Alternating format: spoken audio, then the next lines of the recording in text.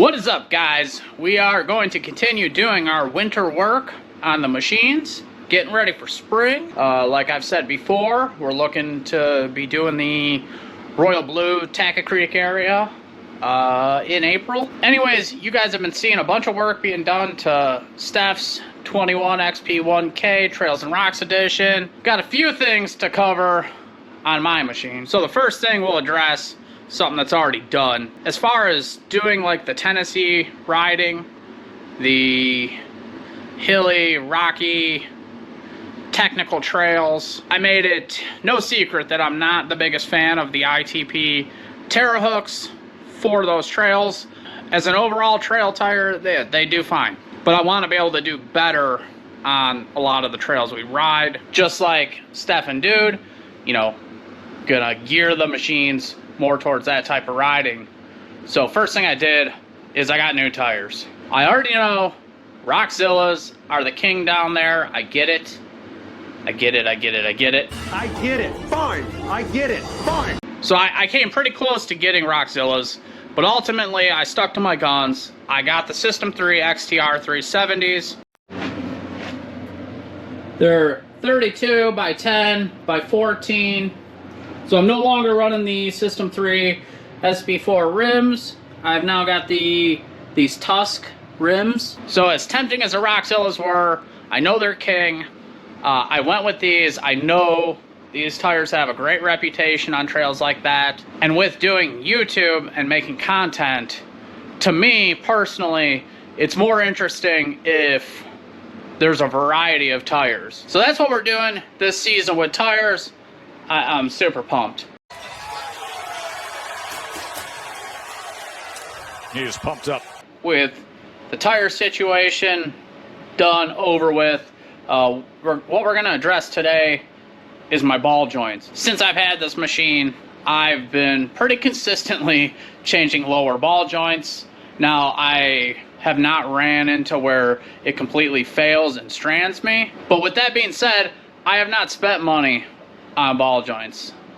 Like, I haven't even been putting the OEM ones back in. My OEM ones failed fast, and then I tried the cheapest Super ATV ones, and I've been through quite a few. The uppers have held, but the lowers end up getting sloppy real quick. So there's my fix. I got a set of Kryptonite Death Grip ball joints. It's the same set that we put on Steph's machine. Obviously, they're not tested on her machine yet. I've already opened this. That's not how they ship them, so don't worry. So one of my favorite things about these is you eliminate the snap ring. That thing can be a pain in the ass. Being able to just press this in, put the cap on, torque this down to 60 foot-pounds, and be done with it. I absolutely love that. Another thing, each one comes with a little Zerk fitting, goes on the bottom, so you can grease these. And I'd say the best part about these is they have a lifetime guarantee. You do have to go on their website and register the parts, which I've already done on these, and for Steph's machine, it's super easy. It's not a big deal. Based on their description of the warranty, they say like race it, jump it, whatever. If it fails, we'll replace it. So the wording sounds good to me, and hopefully we won't have any more sloppy ball joints. All the other ball joints I've done on my machine, I've done it by removing the A-arm and pressing it in and out in a hydraulic press, which is more work than it needs to be on these machines. So at one point, Dude tried a little ball joint press, and I think that's how he did his last set of lowers, and it worked, but he had to modify the tool. It didn't quite fit, and I didn't like how it was fitting on these Kryptonites, so we're trying a different tool. Trying this guy here. It's an Amazon job, OMT, Orion Motor Tech, and I just opened it upside down, but you get the point. It's a big clamp one with the cups so we can do it with the A-arms on the machine, and hopefully this one's beefy enough. The other one is just, I don't know, it seems a little too small, so this is the tool we'll be using today. And while we're talking about tools, to torque down those kryptonites, it's 1 5/8 inches, so I had to get this socket too. That's the plan. We're gonna get this thing in the air and get it all torn apart.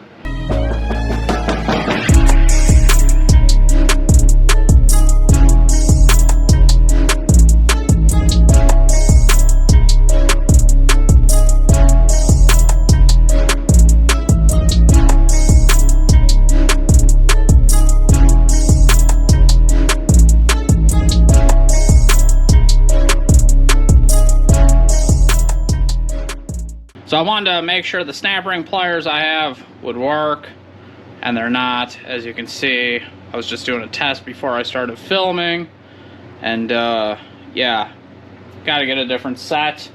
And then I found another problem. I don't have the right adapter in this kit that will fit in this area.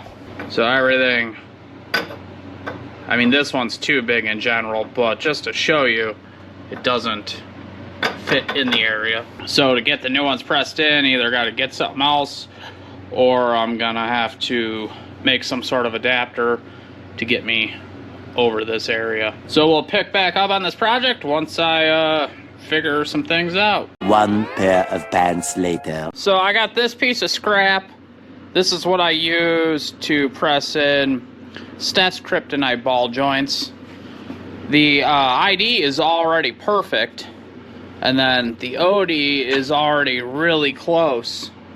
So we're gonna go chuck this up in a lathe. We're gonna skim the OD and cut it off, probably like 1 1/8 inches, just so it clears right here. Because once it's past here, then I can put the ball joint press on it and press it in.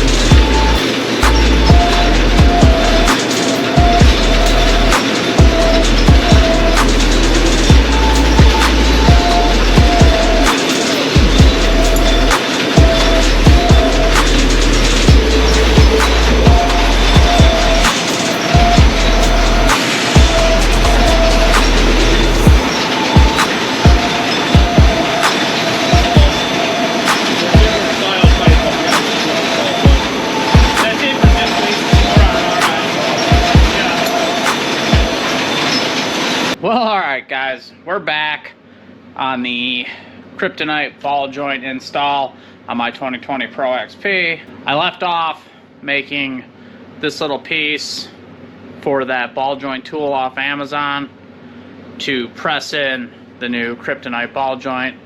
It needs to fit on the outer edge. This piece does, so I cut it down to size. I turned the OD down, and I made that so it'll fit in here, because when we press the new one in, it's got to fit in this little area. So I was just fixated on how am I going to get the Kryptonite ball joint in, staying on this edge, and fitting in the Super ATV arm. I put zero thought into how am I going to press the old one out, because we do have an issue there too. Houston, we have a problem. Smallest adapter here that comes with that ball joint press kit off Amazon doesn't fit in here, and when you press, you need to have some sort of cup riding on this face here, and then it's got to have a place for the ball joint to go. Off camera I tried some pretty sketchy things that weren't going to work out, and it wouldn't be repeatable, so I didn't do that. I could have simply done what I've done before and go back to just using the hydraulic press to remove them, but I'm trying to get less dependent on the hydraulic press. It's a good tool, but stuff like this, where there's a real chance you could need to replace a ball joint out on a trail or at least when you're on a trip, I want to be able to do that without needing a hydraulic press.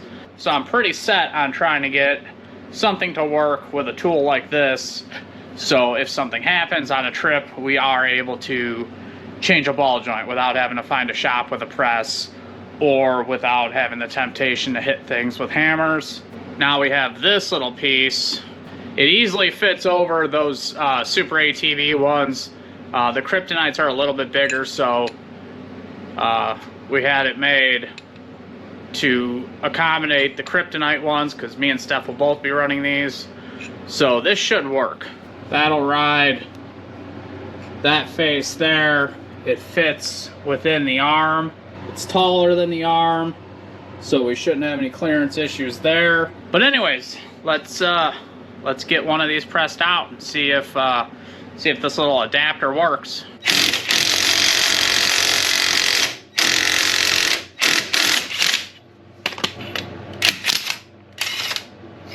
And that worked. Voila. So now we're going to do the same thing for the lower.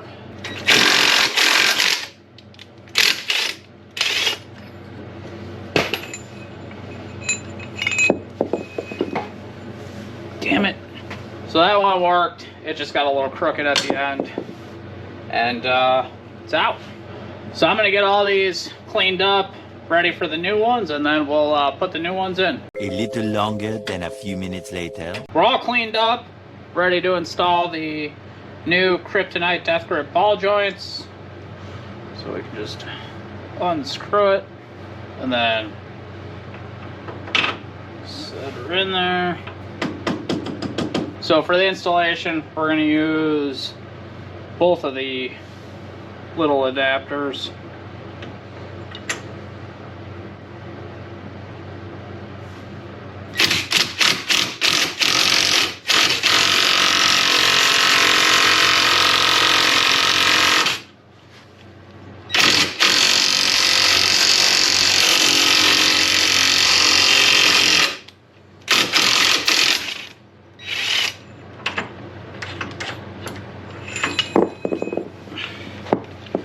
Just like that.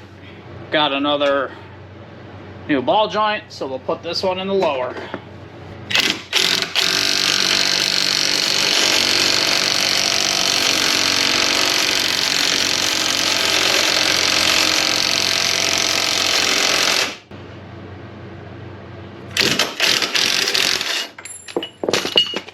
So now we can put our dust boot and cap on.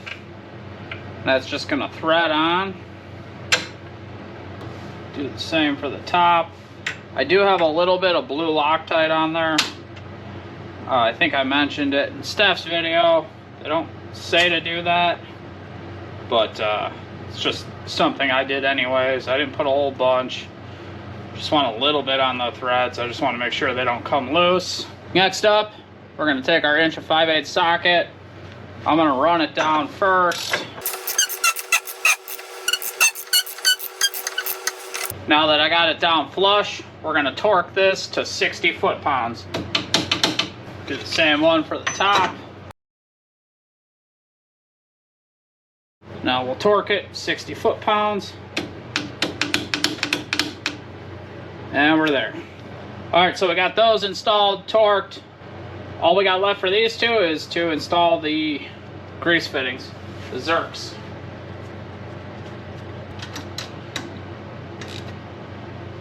Snug. Snug. And that's it. So while we're on this side, I need to get this machine back together so I can turn it around because we got an even bigger project on it. But I found another issue. It might be hard to see, but I'm gonna try my best. That seal is leaking on the diff. It doesn't have a drip on it right now, but it does drip. So now we just got to get the other side done. Process is the same. So I'm just going to throw you guys a time lapse and I'm going to get this done. I still have to get the snap rings out of this, so wish me luck.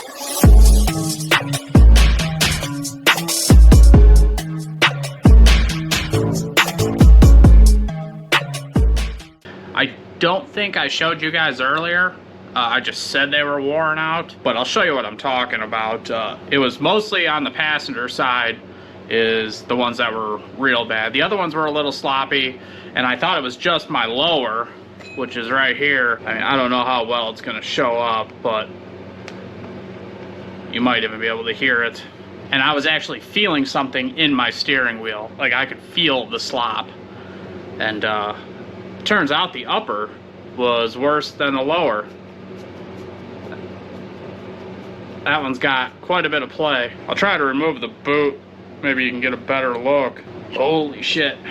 Yeah, so here's the upper. I got the boot broken loose. I'm hoping you can see this, but it is just caked with dirt. Look at that. So this is the upper passenger side. I mean, it is really caked. There's all kinds of shit falling off. Now that we got that stuff out, maybe you can see. All right, that's it. Back to getting these new ones installed.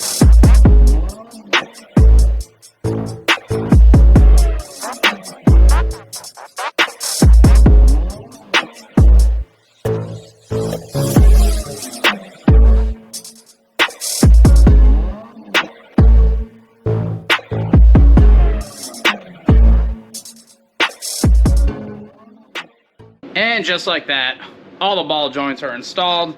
Super simple. Did my Amazon ball joint press work out? Not really. You can say that again. You know, we had to make these two adapters, and it would definitely be easier with a second person. The problem is they don't fit. Like, these are designed to catch on these little shoulders, so these new ones you kind of have to balance. It's just a lot to hold because you got to hold both of these. You know, it's a little tough to do, but it worked. So we might be able to modify this shoulder and this shoulder to accommodate these, and then they'll kind of stay and hold it square. So let me get this all put back together, and then I'll catch back up with you then.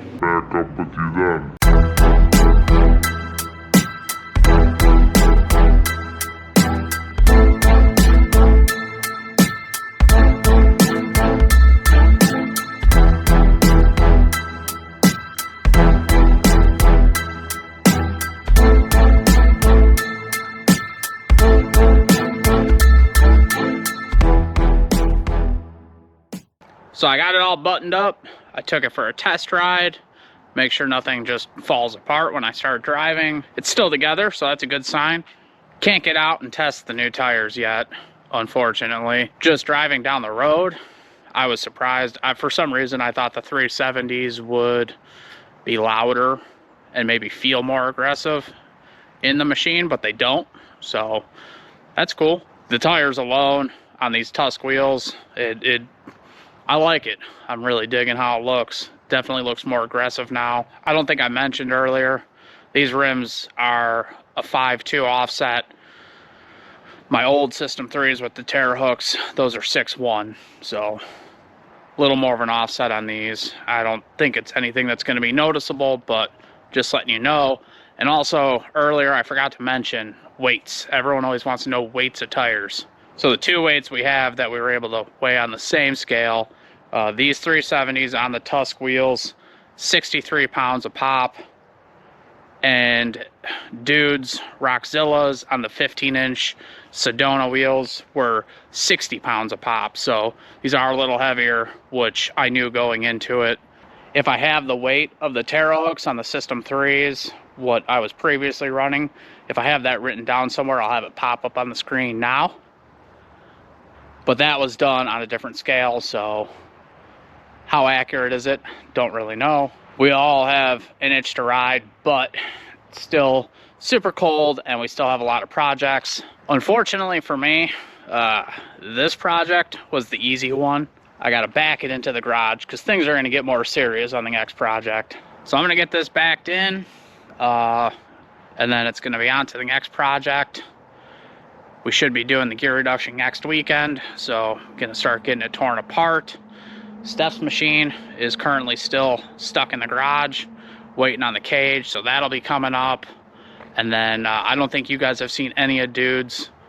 We're almost done with his project, so there's gonna be a few videos on his machine and all the stuff we've done to that. So I think that's gonna start after this video. So as always, thank you guys so much for watching. Make sure you like, subscribe, comment, and I'll catch you on the next one. Peace. Thank you for your cooperation. Good night.